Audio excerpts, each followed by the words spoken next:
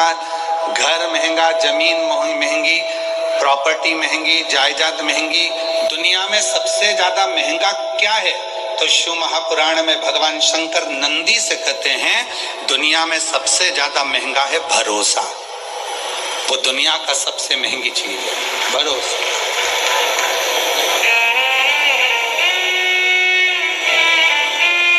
जिस पर भरोसा करोगे वो एक ना एक दिन तुम्हारे भरोसे को तोड़ देगा। जिस पे तुम्हें विश्वास है, अरे कैसी बात करता है, वो ऐसा कर ही नहीं सकता, नहीं वो तो मैंने खुद हाथ पकड़कर उसको चलना सिखाया, वो कभी मेरे लिए ऐसा बोल ही नहीं सकता। पर जब कानों में वो रिकॉर्डिंग आ जाती है तो मन में आता है कि मैंने इस पे इतना भरोसा करा था और इसने मेरे भरोसे को तोड़ दिया। सोना सस्ता है, चांदी सस्ती है, तांबा सस्ता है, पीतल सस्ता है, जमीन सस्ती है, जायदाद सस्ती है, रिश्ते सस्ते हैं, पर सबसे ज्यादा महंगा है तो दुनिया में भरोसा महंगा है। और वो भरोसा इतना महंगा है कि हर किसी पर करा नहीं जा सकता। उस भरोसे को बस कर सकते हो तो अपने आप पर करो। फिर निवेदन ने कल कहा था अपने आप पर, अपने बाप पर और अपने देव अधिदेव महादेव पर इतना भरोसा करना कि ये मुझे पार लगा सकता।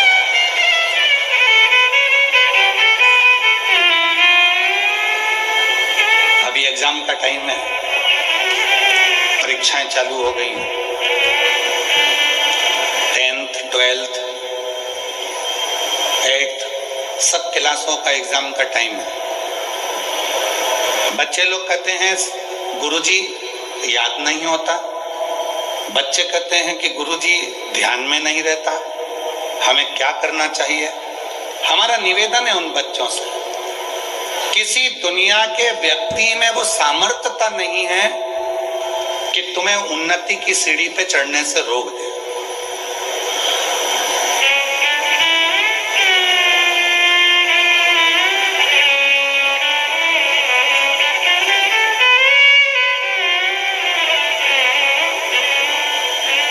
दुनिया के लोग आज के जमाने में बड़े आडंबर में फंस रहे हैं। कोई कहता है उसने मेरी दुकान बंद कर दी, कोई कहता है उसने मेरे ऊपर टोना कर दिया, कोई कहता है उसने मेरे ऊपर ऐसा कर दिया। शिव महापुराण की कथा में भृंगी का चरित्र कहता है, शंकर भगवान भृंगी से कहते हैं भृंगी सुन, जो शिव के शिवालय तक जाता है, एक लोटा जल जो शिवालय में जाकर समर्पित करता है और उसके चढ़े हुए जल को जो अपने दरवाजे पर लाकर प्रोक्षण करता है, उसके घर पर कभी दुनिया का कोई ना टोना हो सकता है, ना टोटका हो सकता है, ना कोई गलत कार्य हो सकता है। बाथम है, मैं जिला जालौन उरई उत्तर प्रदेश से आई हूँ।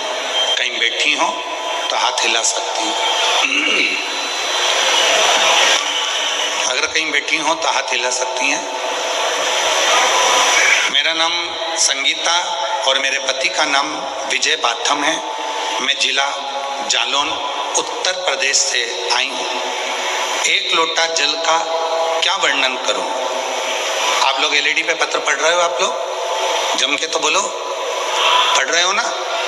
एक लोटे जल का क्या वर्णन करूं? कहीं बैठी हो संगीता विजय बाथम, जिला जालौन और उत्तर प्रदेश से, तो बेलपत्र लेने के लिए आ सकते हैं।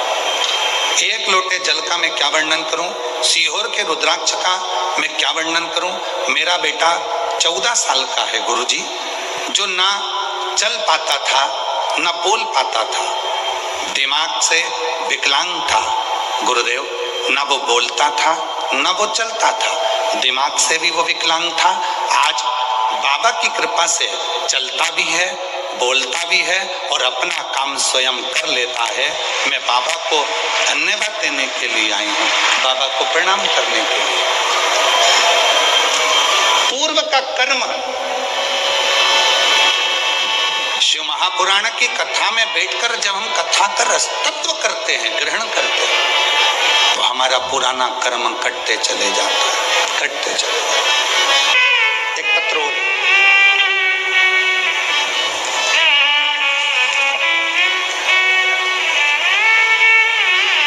मेरा नाम गायत्री चौहान है।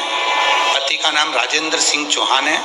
मैं बरुआ, तहसील लाहार, जिला भिंड, मध्य प्रदेश से आई हूँ। कहीं बेटी हैं तो हाथ हिला सकती हैं। मेरा नाम गायत्री चौहान, पति का नाम राजेंद्र सिंह चौहान, ग्राम बरुआ, तहसील लाहारा, जिला भिंड, मध्य प्रदेश से हैं। कहीं बेटी हो तो हाथ हिला सकती हैं, और अगर कहीं बेटी हो तो हाथ हिला सकती हैं। आई हैं? बच्चा आया है साथ में तो उसको लेकर आ सकते हैं अगर आया हो। गुरुजी, मेरी शादी 1998 में हुई थी, पर संतान का कोई योग नहीं बना। डॉक्टरों ने भी स्पष्ट शब्दों में बोल दिया था कि कभी मां नहीं बन सकती। हम पति पत्नी बुरी तरह से हार चुके थे, करते भी तो क्या। फिर गुरुजी, मैंने आपकी टीवी पर कथा सुनी, मन में एक उम्मीद की किरण जागी। मैंने पहली बार आंकड़े की जड़ का उपाय, पशुपति व्रत और दतिया के पंडाल में बैठकर कथा सुनी। दतिया के पंडाल में आप कहते हो कि पंडाल की मिट्टी को गर्भ से लगाने से संतान की प्राप्ति होती है। मैंने 27 साल हो गए थे शादी को, औलाद नहीं थी। विश्वास लेकर दतिया आ गई, वहां की मिट्टी को पेट से लगाया, और बाबा की कृपा से 24 अक्टूबर 2024 को 27 साल के बाद मेरे घर में संतान की प्राप्ति हुई। 27 साल के बाद मेरे घर में औलाद, अर्थात शिव पुराण कह रही है कि जो कथा हम पंडाल में बैठकर सुनते हैं, बाबा को अपने मन से कहते हैं, दिल से आप लोग प्रार्थना करते हैं, 5 बार जब श्री शिवाय नमस्तुभ्यम बोला जाता है, भोला सब दुख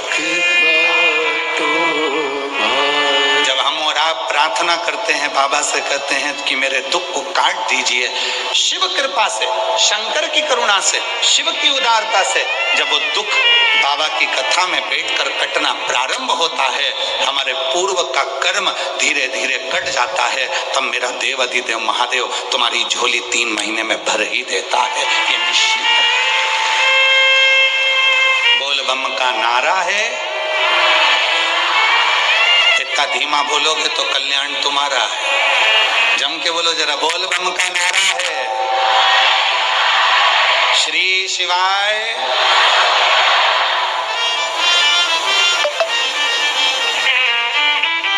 कोई जल्दी बनता है, कोई लेट बनता है, शिव को जल चढ़ाने वाला एक दिन से जरूर बनता है। बने धीरे धीरे धीरे धीरे पड़ेगा। तेरे मंदिर में आना मेरा काम है और मेरी बिगड़ी बनाना तेरा। उसके दरवाजे पर जाते रहो, जाते रहो, एक लोटा जल चढ़ाते रहो। कटेगा, थोड़ा पूर्व का कर्म कटेगा।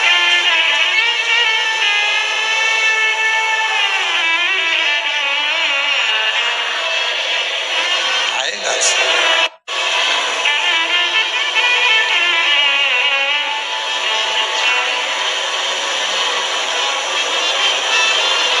तब साधना ज्यादा करना पड़ेगा। सतयुग, त्रेता, द्वापर, ना हमको ज्यादा व्रत करने की जरूरत पड़ेगी। कलयुग में तो केवल कलियुग केवल नाम धारा, जितना भगवान का नाम ले सकते हो और एक लोटा जल चढ़ा सकते हो चढ़ाओ। कलियुग में शिव अपने आप प्रसन्न होना प्रारंभ कर देते हैं। कलियुग की प्रसन्नता,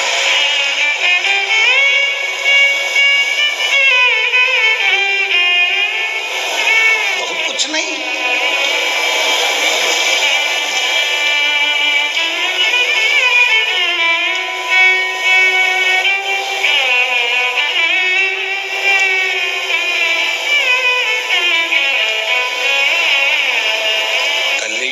केवल नाम धारा और सुमर सुमर नर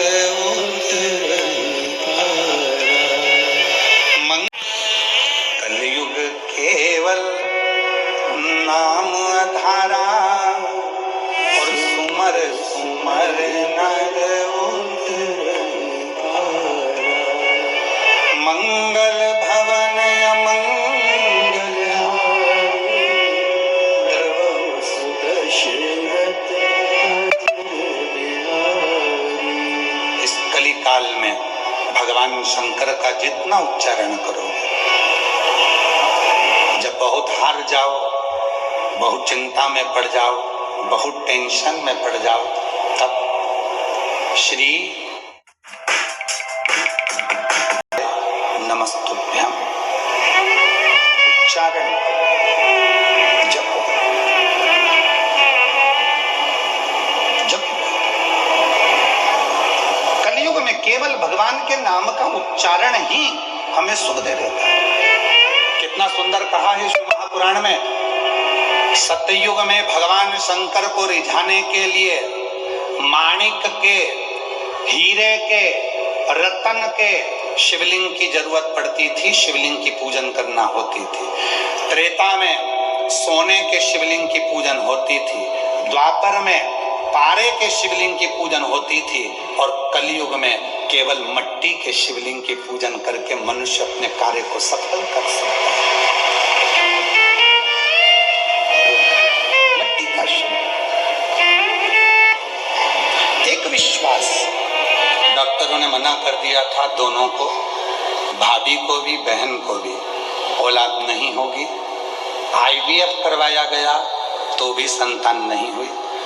कई साल निकल गए थे, तब पंडाल में बैठकर कथा सुनी, वहां की मिट्टी को गर्भ से लगा लिया बहन और भाभी ने, और शिव की कृपा से दोनों के घर में एक एक बेटा हुआ। ये शिव की कृपा।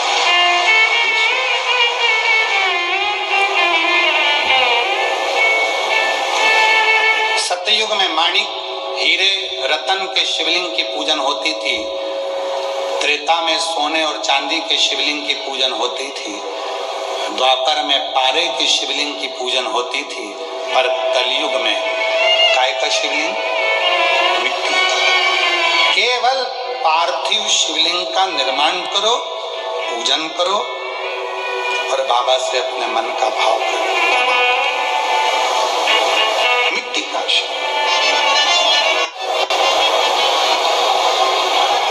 भगवान देवादिदेव महादेव का चरित्र कहा। ब्रह्मा जी के भीतर सृष्टि रचना का थोड़ा सा अहम आ गया, जिसको स्वयं भगवान शंकर ने काल भैरव को प्रकट कर ब्रह्मा जी का शीश कटा, और कटे हुए शीश से बट वृक्ष उत्पन्न हुआ। जिस बट वृक्ष के नीचे स्वयं देवादिदेव महादेव विराजमान हुए, और शिव जी का नाम बटकेश्वर महादेव पड़ा। बोल बटकेश्वर महादेव।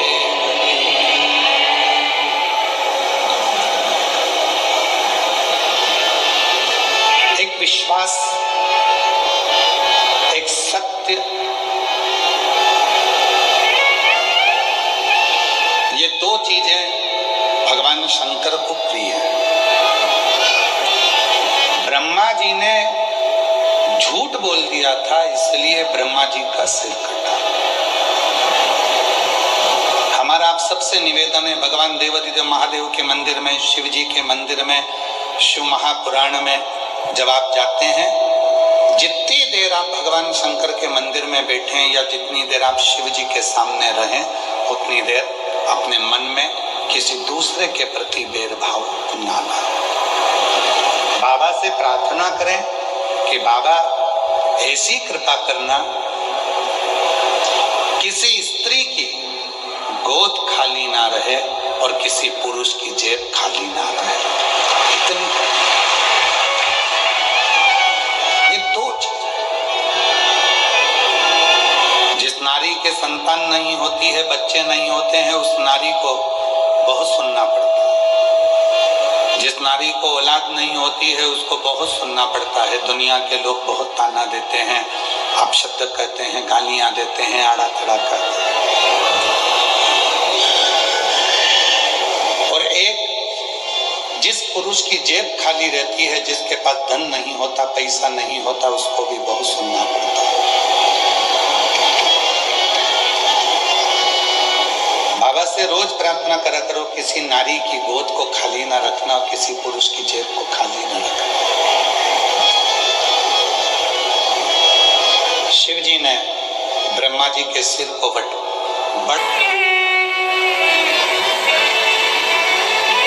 कभी कभी मन में आता है, कल अम्मा पर आदरणीय मंत्री जी बोले तो वहां बैठ गए सबसे मिलने के लिए, तो कितने खुश हो रहे थे तुम लोग सेल्फी ले लेके। कितनी सोचने वाली बात है कि एक साधारण इंसान के साथ सेल्फी लेने में तुम इतने खुश हो रहे हो। जिस दिन मेरा बाबा हमारे करीब में होगा और इस दिल में उसकी सेल्फी होगी, उस दिन जीवन का सबसे बड़ा सुख होगा। उस दिन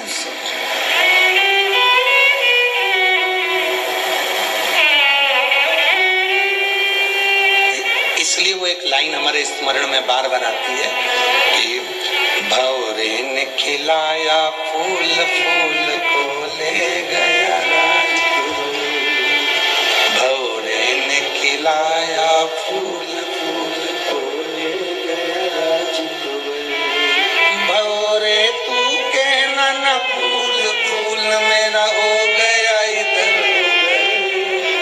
भंवरे ने खिलाया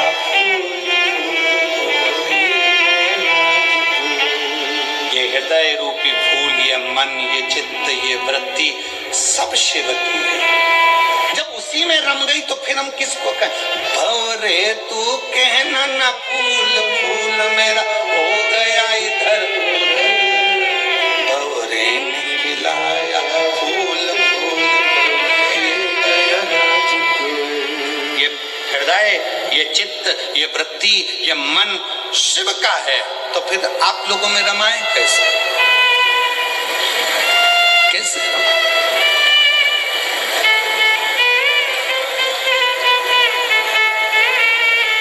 उस पे आश्रित हो जाए, ब्रह्म।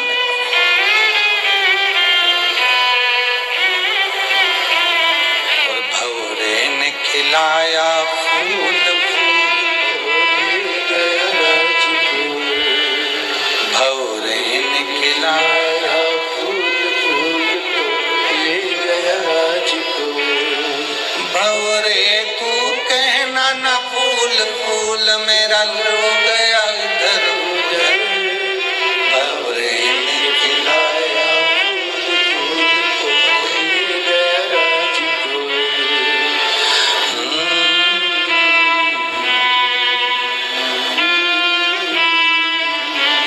रूपी फूल शिव को दे दो। पार्वती जी के पास में फूल नहीं था। सखी ने कहा पुष्प नहीं है, दूसरी सखी कह दी पुष्प नहीं है।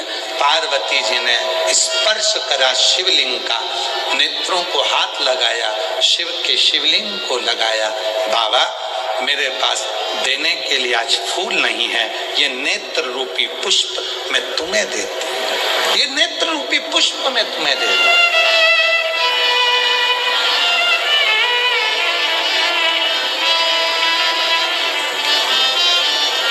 उसकी शरणागति ग्रहण, उसकी शिव कथा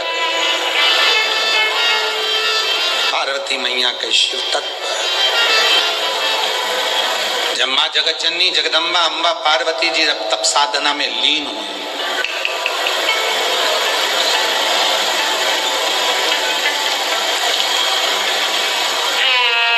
पार्वती जी की सुंदरता देखकर समुद्र देव उनकी ओर आकर्षित हो गए। समुद्र सुंदर है, माँ जगत जननी जगदम्बा अम्बा बहुत सुंदर है।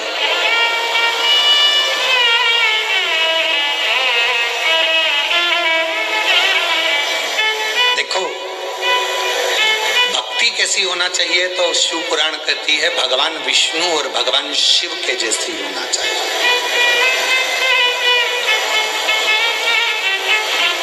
कितनी सुंदर भक्ति है भगवान नारायण की और कितनी सुंदर भक्ति है भगवान शंकर की। किसको भजते हैं? जम के बोलो। नारायण भगवान किसका भजन करते हैं? देवाधिदेव महादेव। और महादेव किसका भजन करते हैं?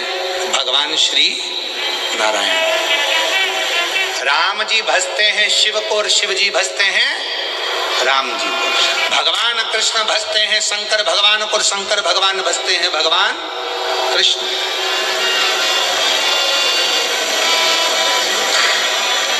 आपने अभी तक एक कथा सुनी होगी कि भगवान विष्णु जी ने कमल का पुष्प नहीं मिला था तो अपना नेत्र कमल निकालकर शंकर भगवान को दिया था। सुनिए ना कथा। तो शिव जी के कितने नेत्र हो गए थे? 3 नेत्र। भगवान शंकर भगवान ने अपना सुदर्शन चक्र भगवान विष्णु जी को दिया था तो भगवान नारायण सुदर्शन चक्रधारी हो गए थे। एक कथा शिव पुराण में मिलती है बड़ी सुंदर कि केवल नेत्र नहीं, केवल शस्त्र नहीं, भगवान नारायण ने शंकर जी की इतनी भक्ति करी, इतनी भक्ति करी और शंकर भगवान ने भगवान नारायण की इतनी भक्ति करी कि नारायण भगवान का जो गोरा गोरा स्वरूप था, सुंदर सुंदर स्वरूप था,